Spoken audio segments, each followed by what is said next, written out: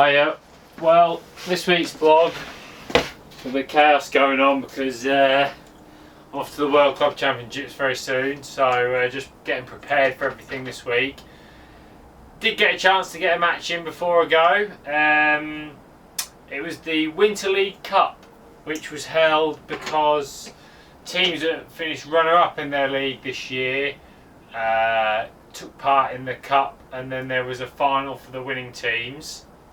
Having won the league for first time they've ever done that, by the way. It was usually run where there was a semi-final and you qualify for the semi-final. Having won the league for 10 years, I think possibly Barnsley maybe took it for granted, or it didn't quite go for us and we didn't win the league, so we were in the runners-up final.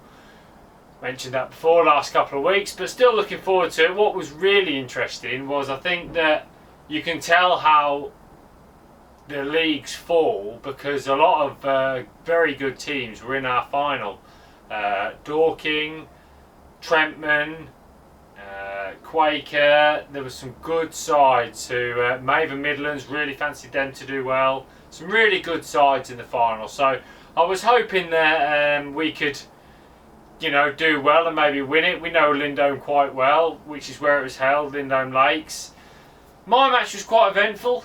Drew strip peg 24. It's in towards the corner of the lake. Wind was off my back, but still thought there might be a few fish there.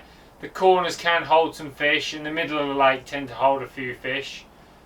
Just sort of got to see how it goes on a particular day. Really fancied it for a few carp. So when I was fishing for carp, because it was only like 4.5 foot deep, I find that when you've got that sort of depth, carp don't really come shallow. They tend to feed on the bottom. It's weird. If I've got a little bit more depth, I can catch carp shallow.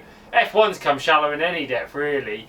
But I can't seem to catch carp in that shallower water. So I had a bit of a plan that I was going to fish on the bottom for carp, and then have a line for F1s, should there be no carp there. It went quite smoothly. I had 3 carp and 3 F1s in the first 45 minutes starting on my short pellet line. The only difference I made, I usually feed with a pot, but I've thrown my bait by hand. Wanted to make a little bit of a noise every time I threw my bait in, and it was quite interesting because a couple of times I threw my bait, as it hit the water the float went under. It was almost like the noise triggered them to give me the bite, so that was interesting. And then that was a nice start. Went into open water, caught a couple of carp there. I thought there's obviously a few carp here. Never really saw any carp, but there's obviously a few carp feeding. And then I nicked carp against the bank at about 15 metres and out into the open water about 15 metres. And I took a steady stream for the rest of the match. I never felt that I bagged. I never went in and caught 3 or 4 dead quick. But I never really waited too long for bites. 10 minutes, 15 minutes was the worst sort of length of time I went without putting a fish in the net. I finished with 30 carp and 5 F1s, and there's some decent fish involved. Never really fished any heavy gear though, just fished 0.13 power line hook length to a 16.434. I actually hooked my band on the hook rather than having it on a hair rig, something I've been doing quite a bit recently, and I didn't come off a single carp, so I'm obviously getting quite a good hook hold there, which is nice to know. They weighed 67 kilos, which was enough to win the section and win the match, which was really nice. To win that sort of match, over 130 anglers, really pleasing. It's always nice to win in good company, and there was lots of good anglers there, so that was nice. Then team results filtered back. We'd had 6 or 7 brilliant results, and one from a really hard area had struggled. Dorking had some consistently good results, looking like it was going to be between us and then, and I knew it was going to be close. It was just a case of seeing, and unfortunately we got the verdict. 26 points to Dorking's 28, so we actually won the Winter League Cup, which was really nice. Really nice to win that. Love a little bit of rivalry of those guys. Some really nice guys and good lads who fish for their team. So it's always nice to have a little bit of rivalry. They beat us in the Commercial National this year on there, so it was nice to get one back there. So Starlets then won the event on the Sunday.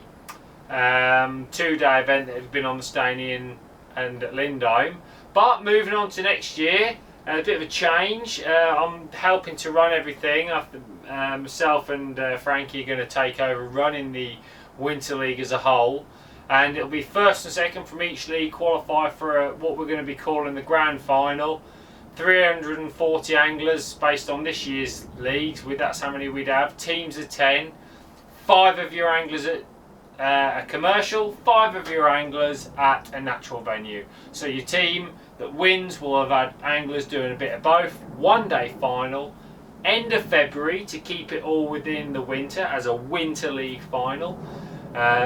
So I think the winter takes on a nice form. If you've got a league that runs up until Christmas, then after Christmas a few weeks off, and then I expect teams to be practicing.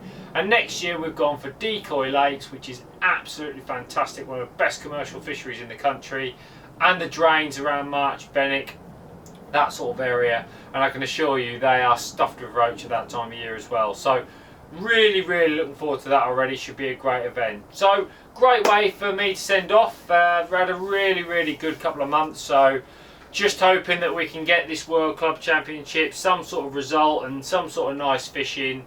Like I've said many times, no English team has won this event while it's been the World Club Champs. That's over 30 years. I would absolutely love to win it with Barnsley. My whole year has been dedicated to this. So next couple of weeks, radio silence, and then we'll do a blog when we get back. So I hope you've been enjoying the blogs as usual, and I'll catch up with you when I get back. Thanks.